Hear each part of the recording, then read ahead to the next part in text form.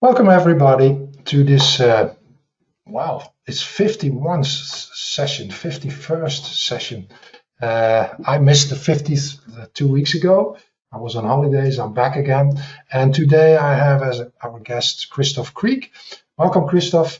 This session actually originates from over a year ago, or around a year ago, when we prepared 4 sessions for VS Code extensions.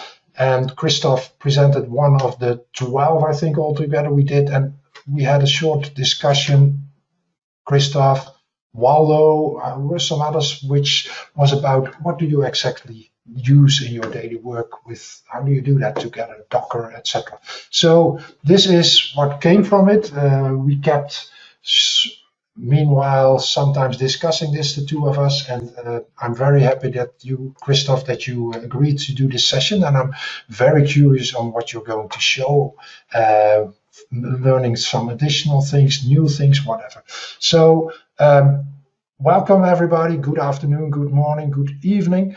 As ever, I will go through a couple of slides before I'm going to hand off to Christoph.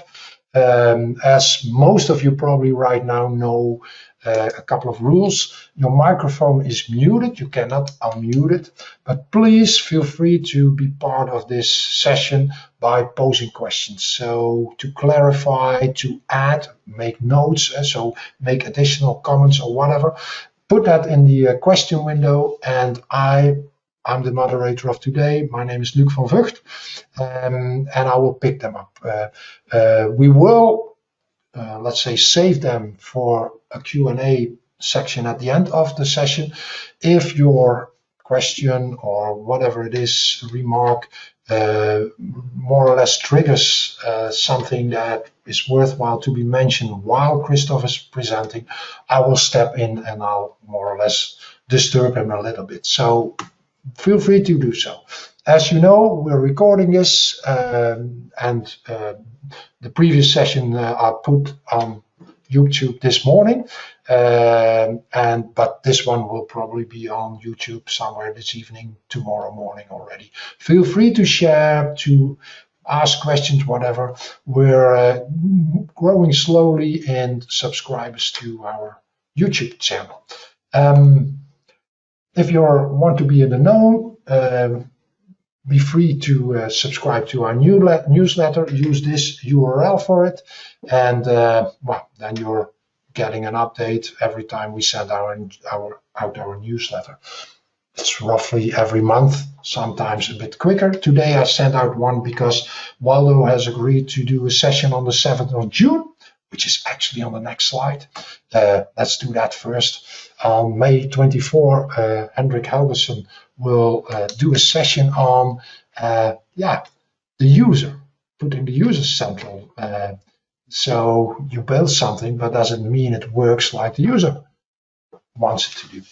And then on June 7, Waldo will pick up a session related to this one, coming also from the discussion last year.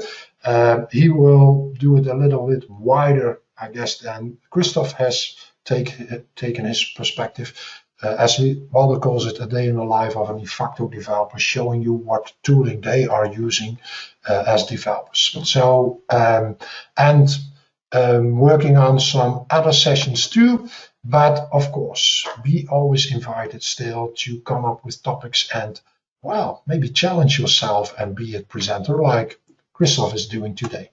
So before I'm going to hand over to you, Christoph, I want to thank Fornaf, making this always possible with letting us use their GoToWebinar account.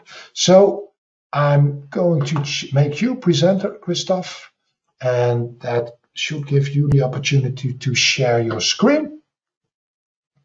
And I will shout if I see it. Yes, I'll see your screen. Yeah, and I hear your voice. So have fun. Okay, thank you, Luc, and welcome everybody. My name is Christoph, and today I want to talk about the usage of DevOps and Docker in real life. Basically, the idea of this session is born quite some time ago in trainings and consulting sessions I did with partners and developing customers. And as Luke said, I think it was last year we discussed this topic for the very first time. It took a while, but I'm really happy that I now have the chance to talk about it. So let's get into it.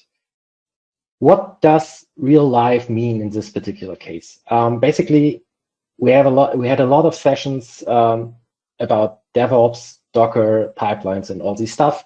But from my perspective, it was more about product development.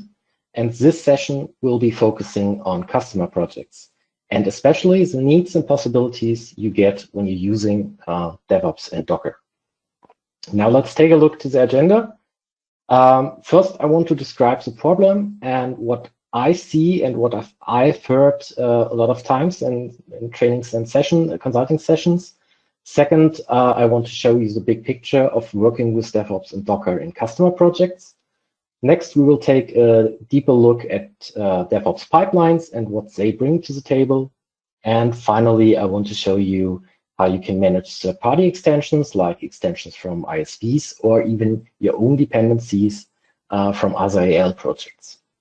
So let's move on to what actually is a problem, in my opinion, to make sure we're on the same page. Basically, everything we do starts with an idea from a consultant, a key user, department, or whatever. They hand it over more or less detailed to the developer, and you start chatting around with them to clarify what they really need. Now you're doing your real job and starting to create some cool new features using VS Code. And after you finished and, of course, run your tests, you commit the source code. Then you compile the app and deploy it to test environment. And next, the key user or consultant is in charge and is starting to verify the feature. They're testing, and normally it will take some time and some time and some time. But let's assume everything works fine. The new feature works as expected, and the key user is pretty happy. So they approve the new feature and ask you to install the new version to production. So what you have to do, you have to recompile or reuse the app you previously created and publish it to production. And this sounds like a very legit process, I think. Well, isn't it? And does it sound familiar for you? So where's the problem? And to just point at one problem, and there are several of them, one problem is the testing phase. The testing normally takes really some time, and I would assume that we are not talking about hours, but instead we are talking about days or weeks. From my experience from customer projects, I know some really, really important requirements which stuck in testing for more than a few weeks. And I would also assume that you are not drinking coffee and waiting for the approval. Instead, I think you already started working on the next big thing. So what happens as soon as you get the approval? You have to stop your work, and you may need to change your actual branch, stash or commit the actual modifications, scheduling the deployment to production, and so on. So what it's all about is, why do we not reduce the steps to what really is our work to do as a developer? And I would say we can reduce the steps to these few steps remaining. Typically now some people raise their hands and say, hey, stop, this is not working, we need an official approval. And yeah, sure, we will take care of this, trust me. And another concern is, where's the problem? I don't publish the app at all. It's the job for the consultant or even the customer. And in this case, I usually ask, is that really a job for a customer or consultant to deploy the app? Are they really aware of everything like dependencies and so on? Anyway, I don't want to cut off approvals, and I don't want to change your regular release process at all. But let it be done by someone else. And how about our good friends, DevOps and Docker? And basically, the answer to this problem is called CI/CD. But what actually is CI/CD? Let us start with the definition from Wikipedia. And CI/CD is combined practices of continuous integration and continuous delivery. It's also sometimes described with continuous integration and continuous development. But in the heart of the idea, it's more about delivery, and we will see why. I'm sure pretty much everyone here is aware of this, but why do I see this problem in real-life scenarios anyways? I would assume it's not because of the challenges. I would assume it's because of the challenges we face when working in customer projects. We do get third-party extensions from ISV involved, where we do not have access to the source code, and we do have on-premise environments where we think DevOps is not able to communicate with. Maybe even because you think you don't know enough about Docker to use it. Last but not least, I think for the most people, CI/CD ends with a compiled and somewhere stored app file. But this is simply missing the whole delivery part in CI/CD. So let's move on to the big picture and try to discover how we can lift CI/CD from theory into real life.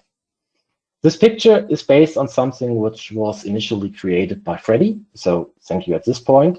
And I choose this because I think that's a really good starting point for our journey. Let's start at the beginning. I think we all agree that our development takes place in VS Code. Additionally, I would assume that you are developed with local Docker containers. I know some of you will now raise their hands and will start to explain that they use centralized environments or sandboxes because they need real data for the development.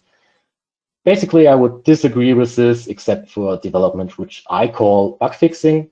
But anyway, it's not important for the further steps if you do work with local Docker environments or if you work with a centralized sandbox or whatever.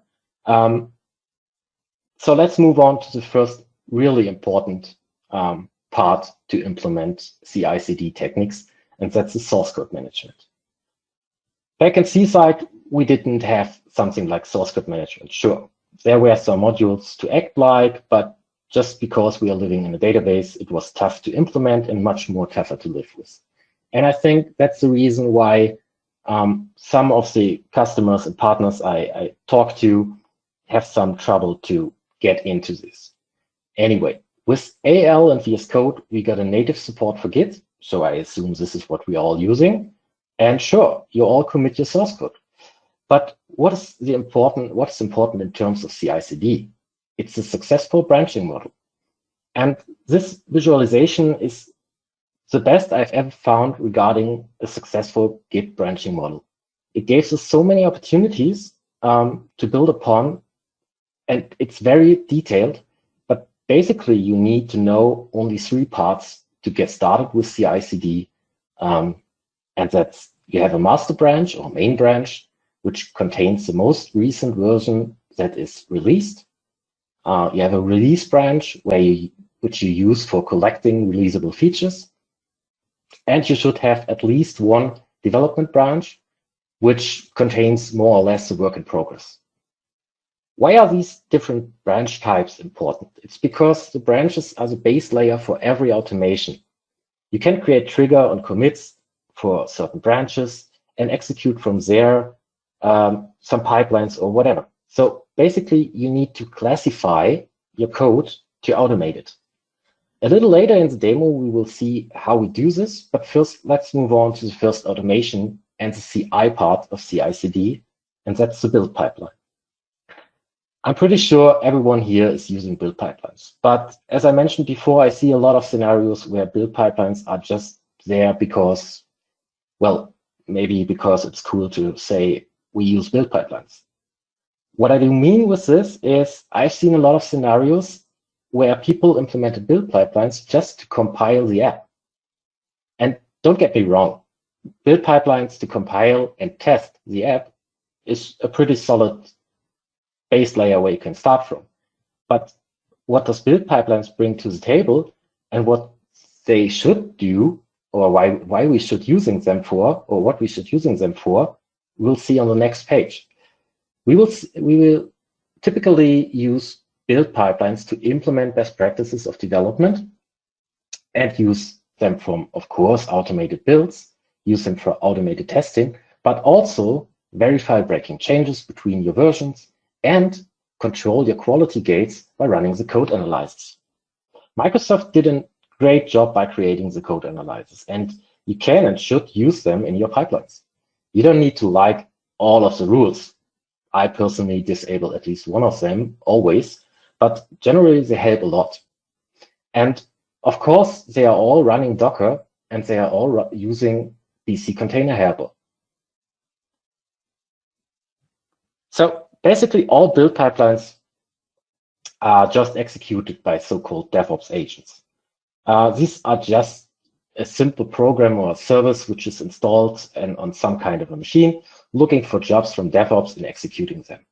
This agent do nothing else than executing, for example, a bunch of PowerShell scripts. So it's obvious you should build upon the BC Container Helper PowerShell module. And try not to reinvent the wheel. To build and test your source code, the agents are using Docker. That's pretty obvious, I guess, and creating Business Central containers to compile and execute the source code. Anyway, it's important to understand that there are two types of DevOps agents. There are Microsoft-hosted and self-hosted agents, and both have their pros and cons. You can choose your own, whatever you want to use. And I personally prefer to start with the Microsoft-hosted agent because they're out of the box available. You don't have to do anything for them, and you have up to 1,800 minutes per month, and that's overall 30 hours of work time free to use. You have no additional efforts to maintain a server or setting up Docker or anything else. But there are some limitations as well. So you have no direct access to the server, so you can't install any custom software. And the most important where I ran in several times is you have a maximum timeout per stage. And per stage means per processing you do. So if you have long-running pipelines, for example, if you create runtime packages for several Business Central versions, Microsoft-hosted agents are maybe not the right choice.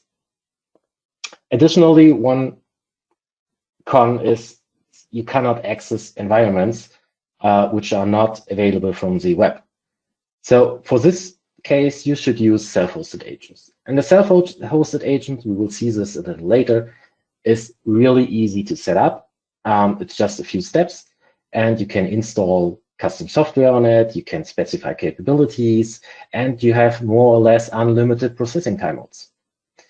The cons are pretty obvious. You have to maintain a Windows server. If we talk about a pipeline or an agent who processes a pipeline using Docker and BC containers, because we rely on Windows containers. And you have to take care of this server. Anyway, what is the output of a build pipeline? The build pipeline mainly results in a test result, if you have tests in place, and the so-called artifacts. And from my experience, I learned that some people struggle with the term of artifacts. And so what is an artifact? An artifact is more or less the result from the compilation of your AL project. But it can be much more. It can be also a documentation, for example, a README file, a bunch of PowerShell scripts to deploy, or whatever you want to include. And it can also be a chain of apps you need to deploy your own app file. So you can include dependencies. But also the test results are not just test results. It's not just about pass or fail. You can get additional information from it, like a runtime, a duration which takes to run the tests. And from there, you can get additional information and may find out that you introduced some performance issues lately.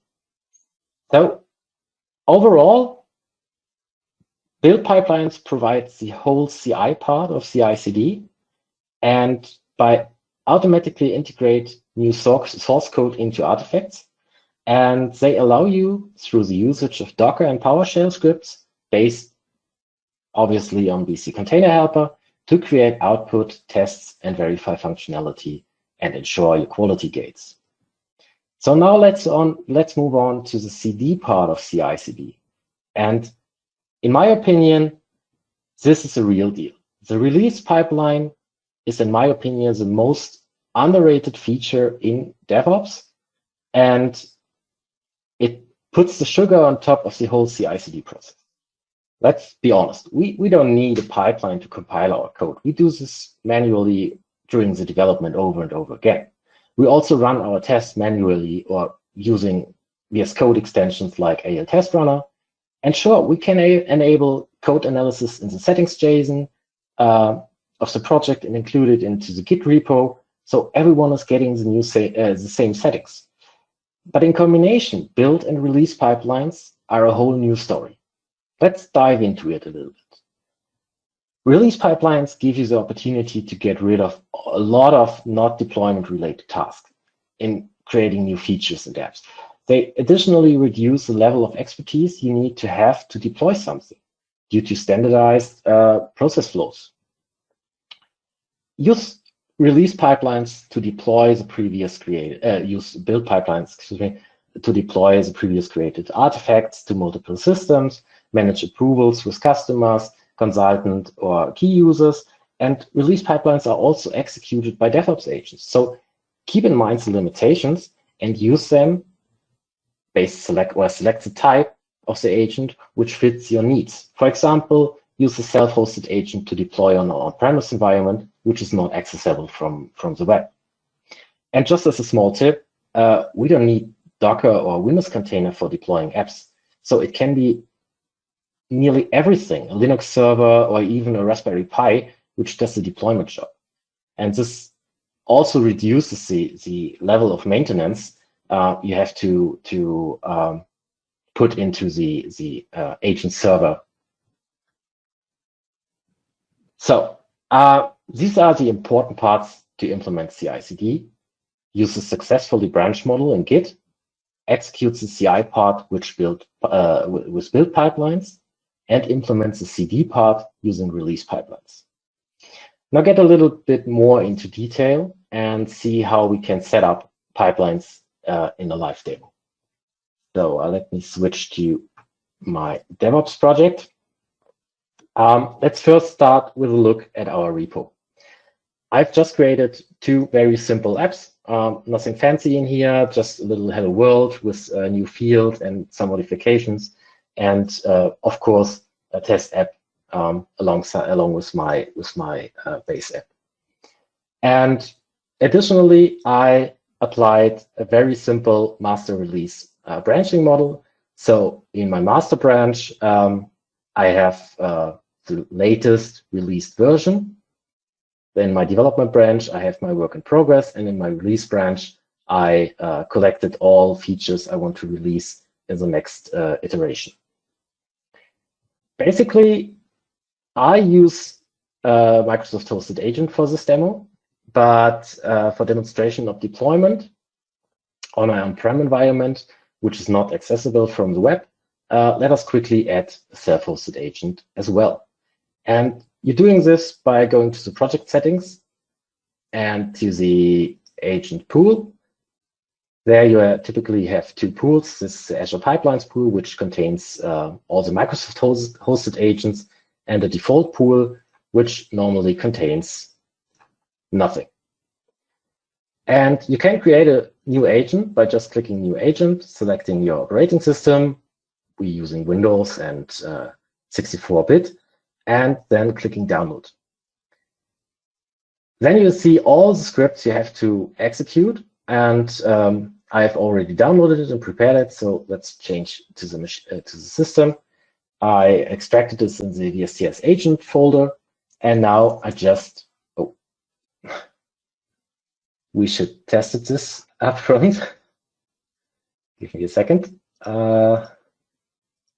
Let's switch back to the original.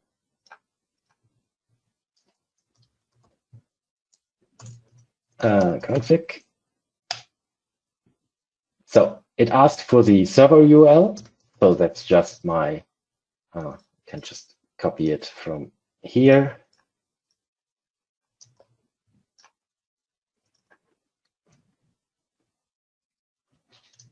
Then it's asked for the authentication, and it's a personal access token usually. So I use the access token I created earlier.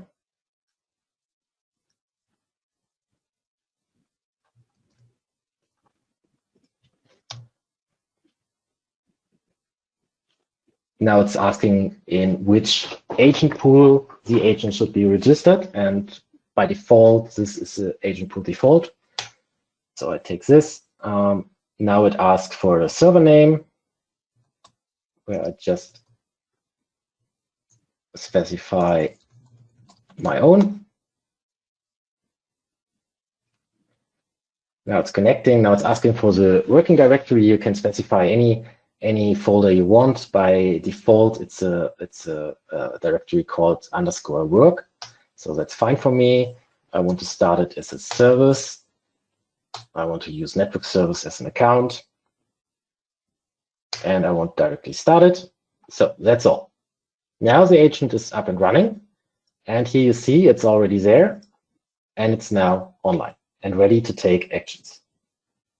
So this was pretty easy. Now our agent is up and running.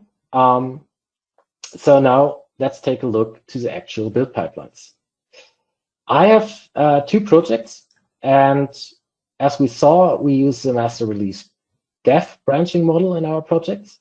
So I decided to set up 2 pipelines, development pipeline, which just builds a new version for every commit which is created in the dev branch. And this pipeline is also downloading the previous app. We take a look at the details a little later, and checks for breaking changes. The second app is called CI pipeline, and it is triggered as a part of the pull request workflow from the release to master branch. So, of course, it would be not a bad idea to create a third pipeline as well based on the release pipeline.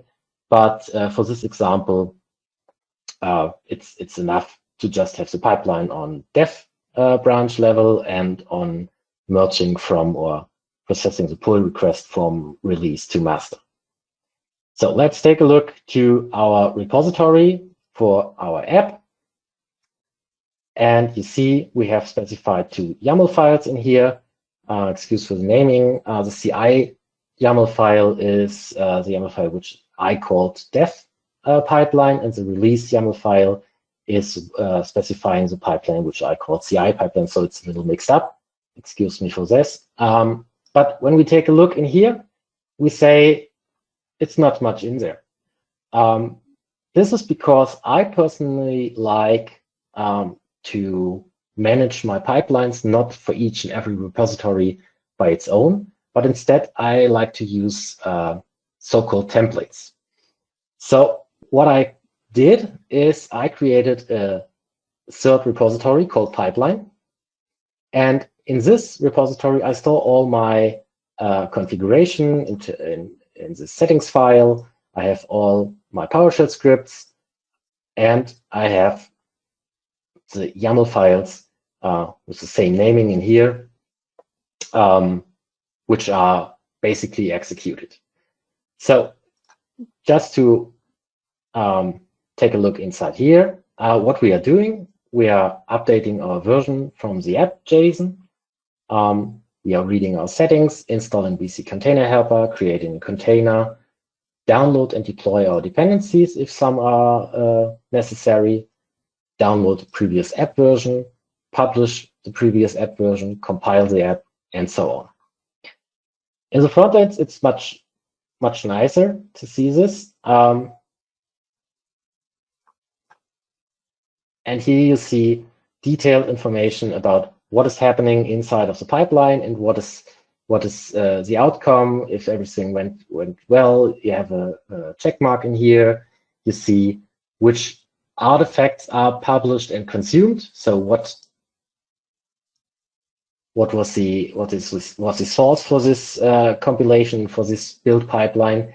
It was once, of course, our pipeline repository where we get the pipeline definition from, and it was our own repository as well. So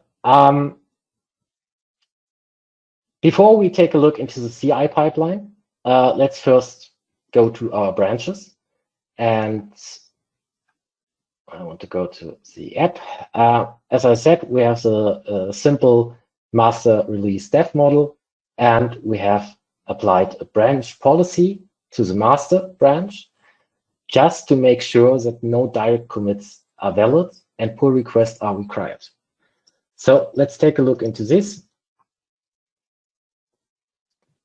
We required a minimum number of reviewers. This is how you enable the restriction that you cannot directly commit into this branch. And we specified a number of reviewers. Normally, you should not set this checkmark in here, but for demo, and it's just me inside the project and Luke, it was easier. But the real deal is this one. We specified an required build validation and used our CI pipeline. So every time we create an pull request from anywhere to master, our CI pipeline is starting and doing his job to validate if this pull request is accepted or not. So what do we do in our CI pipeline? Basically, pretty much the same like we did in the development pipeline, but we did it twice. And normally we do this 3 times, but excuse me. But because we are working on a Microsoft hosted agent, and I had some trouble with the next major version, it took more than 60 minutes in our last run, so I had to exclude it. But we do this for the current version of Business Central and for the next minor version. So if you participate in the Insider program, you can get the SaaS token, and you can set up your pipelines to run against multiple versions of Business Central. We are running the test against both versions, but we only produce artifacts from the current version. And this artifact is basically what we are working with lately. So it contains the app file itself. And in this case, it also contains dependencies which were necessary to compile the app. We will take a deeper look into where this comes from when we talk about artifacts in a minute. But now let's go to the CD part of CI/CD. Let's go to the release pipelines. And what does our release pipeline do? I specified 2 because we have 2 apps. And our release pipeline basically is triggered by a continuous deployment trigger, a pull request in this case, and we are looking for the outputs, the artifacts we built from the CI pipeline. So every time our CI pipeline is running successfully, we are publishing a new version. And we have 3 stages in here, which is first the staging area. This is for a test system or anything else. And I specified a pre-deployment approval, so I want to approve it before it goes to the test system. Afterwards, I'm waiting for an approval of me or Luke, any one of us, and we are waiting for 30 days for this approval. And if the approval is done, we are publishing to production site. And how is this done? You see, it's just one task every time. It's just a simple PowerShell script. In this case, we are using a pretty simple way to publish it, just using the development service and publishing the app as in development scope, but you can also use the API or whatever. So it's pretty easy to publish an app from your DevOps artifacts, your pipeline results, to an end system or multiple systems. And it's also absolutely easy to specify approvers. So everything you did manually in the past by waiting for approval and then doing your job manually is now done automatically. Additionally, you can specify the format of the release name, and I personally prefer to use the build number because this gives me the opportunity to see each and every version which was released and at which stage it's currently waiting for. So when I go here and say I now approve it, it takes a little while until my agent is recognized this and then processing it. But anyway, it's then will be deployed, but it will wait because we don't want to deploy to production site during business hours. So what we can do, we can we can specify. Okay, I cannot do this with a running release. Let me do it here. We can specify a schedule, and I specified that our pipeline is running each day of the week, but always deploying at 8 p.m. So outside of my business hours, and so I don't have to sit there in the evening instead of having free time and publishing my app. No, that's done by a pipeline, and I have to take care about this. So what we now will see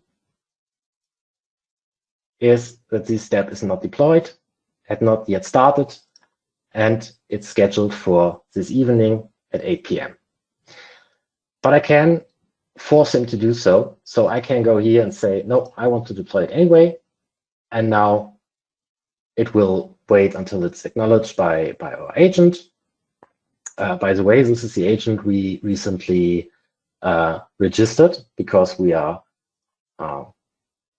did associated our pipeline steps with the default agent pool. So this is the newly created agent recently. And now it will be published, and you see it here. And you can also, okay, it's delayed right now, but in 5 minutes it will be published, and then it's there, and you don't have to take care about it. And additionally, you can go to, for example, Microsoft Teams and say, I want to be informed if everything goes well or went wrong. And you get notifications in Microsoft Teams to see if everything works as expected. So let's sum up on this, what we have seen. So we have two types of pipelines representing the integration and the deployment part of CI/CD. This is the build pipeline, which we create artifacts for, like app files or manifests we put in there. We run automated tests, and we are able to check for breaking changes by downloading the latest version and publishing the latest version before we publish the new version. We can verify and enforce our quality gates by using code analyzers. So no developer can just disable the code analysis in his personal settings, and we are able to enforce this on a way. The release pipeline, on the other hand, is used to deploy the artifacts to a testing or staging system or production environments, and you are able to approve or manage approvals by a customer, a consultant, or a key user, whoever requested the new feature. And it also gives you a great opportunity to see and monitor which versions were released. So in my opinion, the approval part is a very important part for the customer projects. And how does it look in real life? As soon as you start, as an approval or we're waiting for an approval, Microsoft sends out an email automatically to all the approvers, and you see a release description, you see where it comes from. You can attach additional information which come from the pull request, for example, and you can specify approvers for each and every stage inside the release pipeline. So you can specify for my staging system, the IT department has to approve first because maybe they are working on it or doing whatever. And for production side, I want that my product owner or my key users have to approve it, and They all have to approve it in any order or in a special sequence, whatever. And you can specify how long you are willing to wait for an approval by using the timeout span. And this together is a really, really helpful tooling to work within customer projects. Now, let's move on to the artifacts, or to be more detailed, to Azure Feeds. We already produced some artifacts. So if we take a look back into our CI pipeline, for example, we see that we have published our app, and we included the app.json, and we included the app file itself. But this is just the artifacts from the pipeline. What we are now talking about is this point artifacts in here. And what we are doing here is we are storing a bunch of artifacts which can come from a pipeline, but which can also be uploaded manually. And Azure Artifacts or Azure Feed is out of the box available. You don't have nothing to do to get it worked, except for you have to create a feed. But this is absolutely simple. You just have to create, just have to specify a name. I have to specify a scope, so you can decide, is this feed only available from within my own project or within my whole organization? And afterwards, it's created like this AL feed here, and you can click on Connect to Feed to see what different types of artifacts are supported in Azure Feeds. And if we are talking about Business Central, we are talking about universal packages. Universal packages, as I said, can contain everything you want. It can be an app file, it can be a JSON file, it can be a combination of anything, it can have a complete folder structure, and it's really, really simple to upload and download packages from there. And DevOps is guiding you through this and showing you all the commands you have to use to download and upload packages. But generally, we don't want to do this manually. So we don't want to download our packages from the pipeline artifacts and upload it manually to the Azure Feed. And that's not necessary. You can have a pipeline step, which is called, for example, publish artifacts to Azure Feed, and it's using the universal packages task in YAML. So let's take a look into this. This is my repository for the pipelines. And as I said, our release pipelines are publishing in the current stage, so in the stage of the actual version of Business Central, the pipelines which were produced. So it's just this step, task universal packages, and we just say in our implementation for customers, we do this with a pull only for pull request builds. I will explain a little later why we're doing this. And we want to publish from our staging directory into our feed Areopa AL with the app name, a description, and our app version. We specified a little earlier here in the read settings PowerShell script. So, but these are just pipeline variables. So you can also specify it by a variable from the pipeline you specify manually or whatever. So what happens here? It publishes the artifacts to Azure Feed, so it's available in here, and Azure Feed stores each and every version which was uploaded over the time. So you see how many downloads, so how many usages of this app were deployed, or how many versions of this app were deployed, and so on. So you see everything in here, and you can download it from here as well. And you see from which build this pipeline, this artifact is originated. That's great. So our AL projects are now stored at Azure Feed, but in customer projects, we have to do a lot with third-party extensions from ISVs. And we have one in place here. So this is a find and replace app we offered on AppSource. And in the most cases, I would assume that the partner is providing some portal or website to download the extension in a specific version. Mostly it's a runtime package, and mostly you just get the app file without any manifest or anything else. But at least you know the name of the you know the name of the extension and the version. So you can upload it to Azure Feed as a universal package and reference to it. So the best part on this is that you can react on an upload of Azure Feed. So you can create a release pipeline, which is listening to changes in Azure Feed, and just do this. That's wrong. We want to create a new release pipeline. So we're starting with an empty job. We are selecting our source of an artifact. This can be a build, Azure reports, whatever, but it can also Azure artifacts.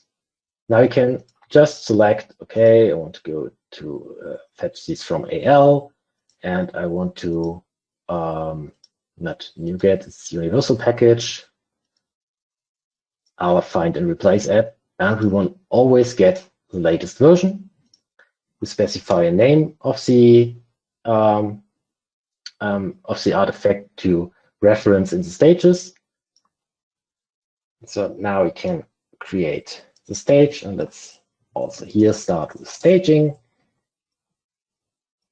We want to deploy the staging environment. We're using our default private as well here. So here we see also the artifact.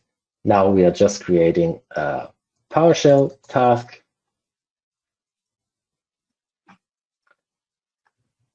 Give it a name. You maybe wonder why I use inline in here. You can use FilePath as well, but then you have to include the pipeline scripts into your artifacts. And I don't like to publish unnecessary information. So that's why I do not include this.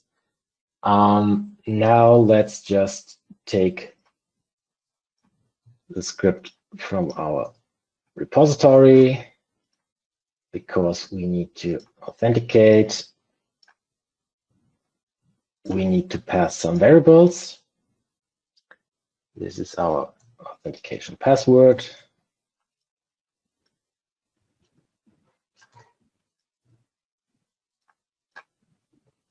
You see in a minute where it comes from.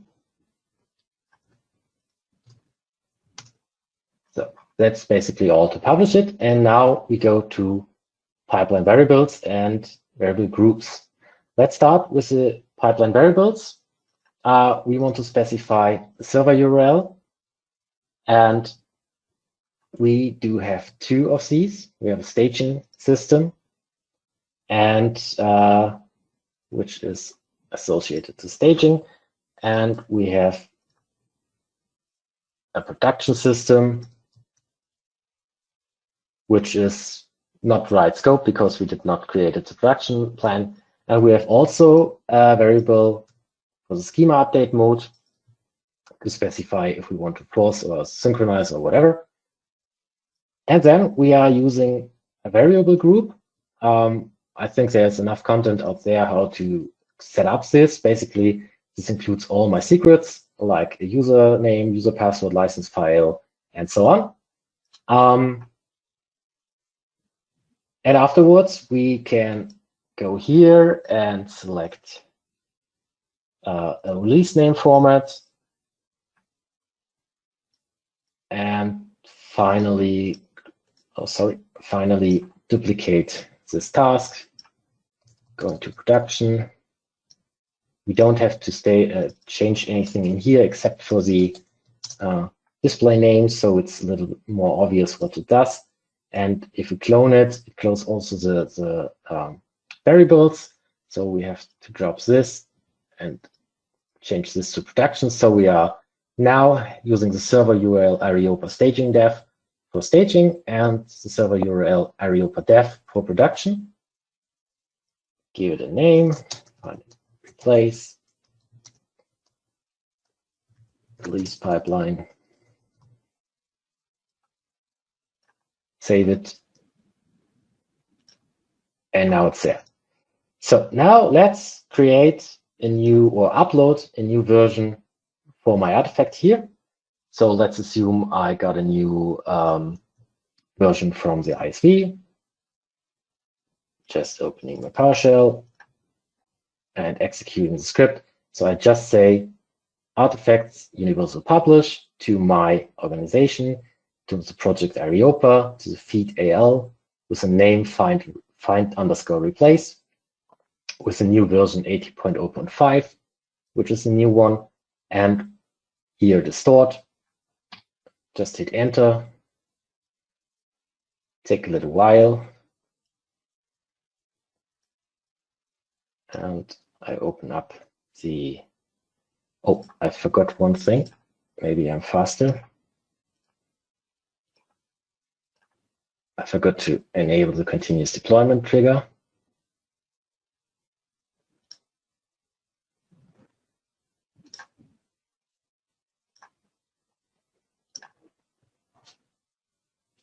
So it takes a lot of time. We're running against the clock. Yeah. Don't say this to me, say this to Azure. No pressure. Oh, no. So it's uploaded. We see here it's now 18.0.5 and our release pipeline is running. And now automatically updating, downloading the artifact, downloading the secrets, and deploying the newest version of the app, 80.0.5, to our environment. So it's pretty easy to update and to update ISV packages. A last quick look to what we are doing. That's wrong. What we are doing in our CI pipeline if we have dependencies. It's real quick, and I only show the output.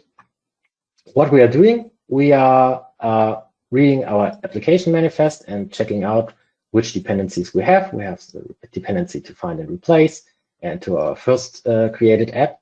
Then we're starting resolving the dependencies by checking the artifact settings and try to find out where our apps are stored. Then we are downloading the artifacts, and if there's an application manifest supplied with the dependency, we are checking if it's the right one. If not, we are just publishing the app to our BC container inside our pipeline. Why do we check the artifacts, the manifest with the supplied dependency? It's pretty simple. If we are containing the test file like we did in our first app, we don't want to publish the test file, test app as well. So we are checking if the dependency is matching what we are looking for in our original file, and then uploading it to the BC container. This is also pretty simple thanks to Freddy.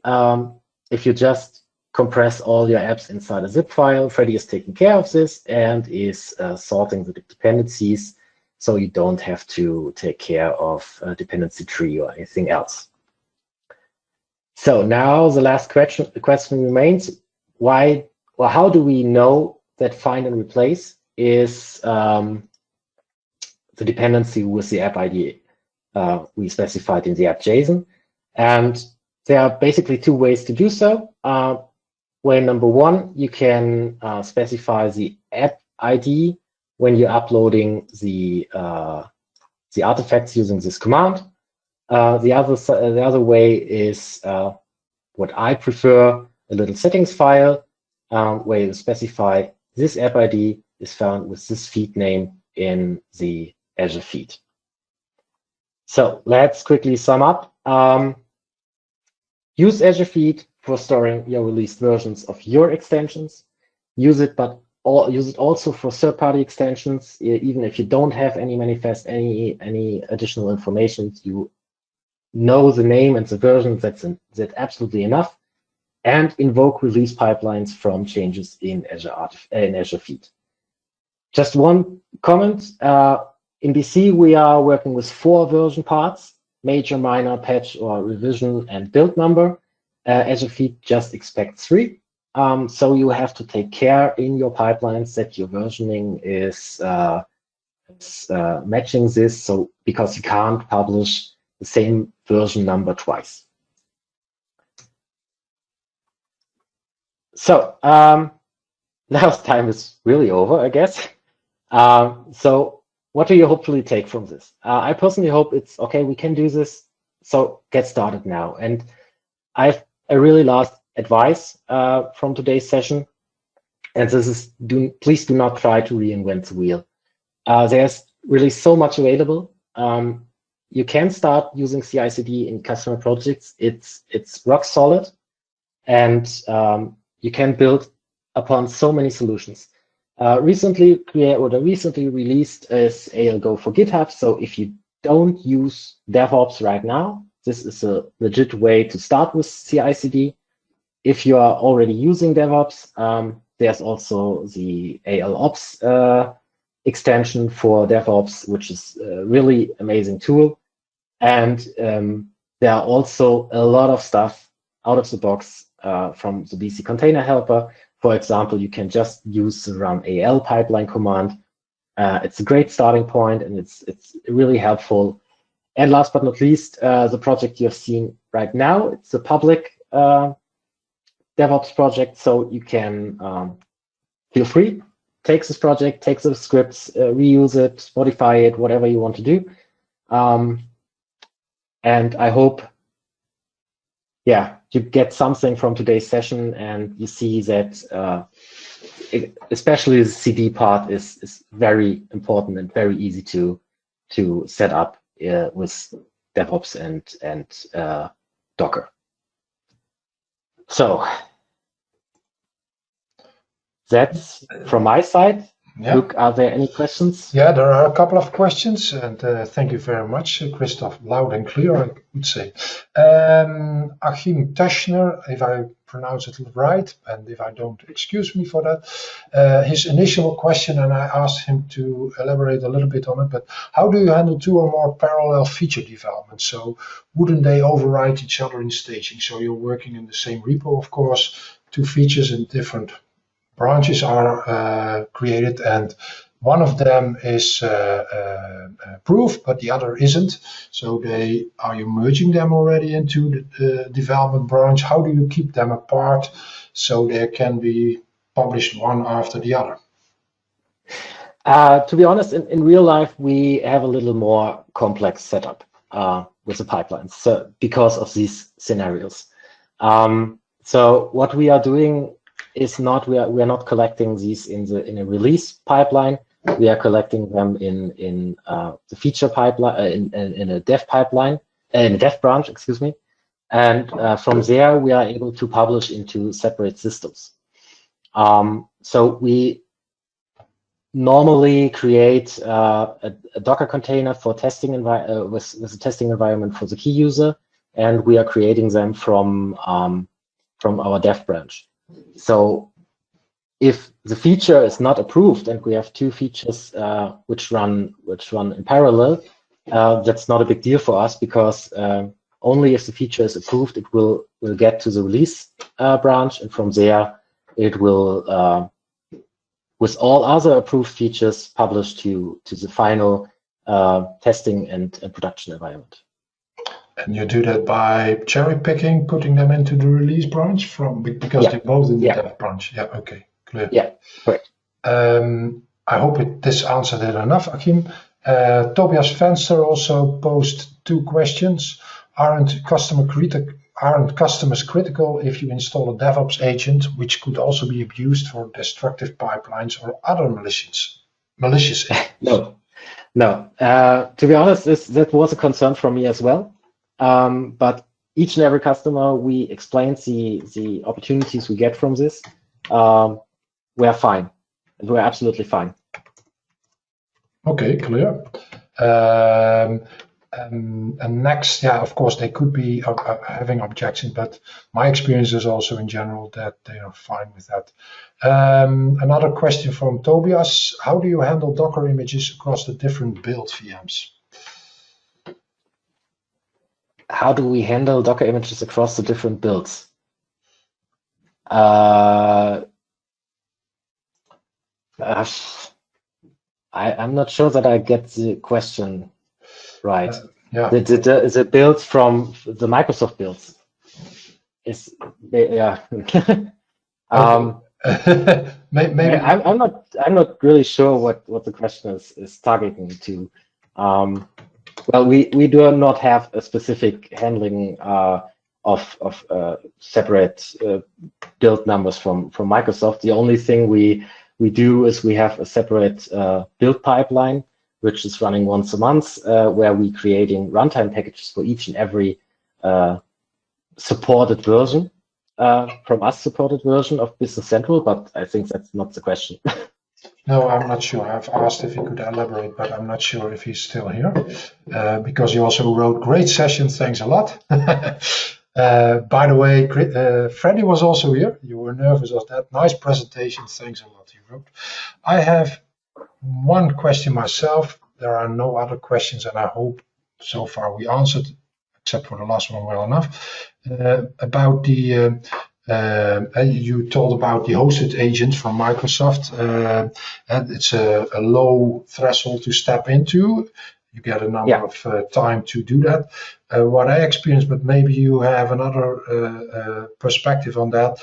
Of course, if you're using Docker with those hosted agents, my experience is that it's not possible or very difficult to do to create let's say an image that you can reuse. So it will every time again build up your Docker container. Yeah, definitely. It's very time consuming. Yeah. That's the whole problem. Yeah. That was also the reason why this is taking 26 minutes. If you take a look here, it's mostly creating the container because we have to download it over and over again. The problem with the Microsoft hosted, I think, I don't know exactly, but I think they are thrown away after each and every execution and created on demand. I'm not sure how they handle this, but yeah, that's the problem. You have to wait a little longer if you are using Microsoft hosted agents. Yeah, and as such, you are using quite a bunch of part of the time you get from them. Yeah. So it looks as an easy step. 30 hours, but 30 hours per month is a lot of time, just processing time. It's just the processing time. So we could use, or we could run this pipeline, for example, 60 times. So and that's quite a lot. Yeah. As a starting point, I don't talk. No, yeah, of course, yeah, that's clear. Tobias elaborated a little bit on his question, but the question was images across build VMs, so not across builds, but VMs that you use for your builds. That's what he meant. How do you handle the different Docker images? But we don't do, to be honest.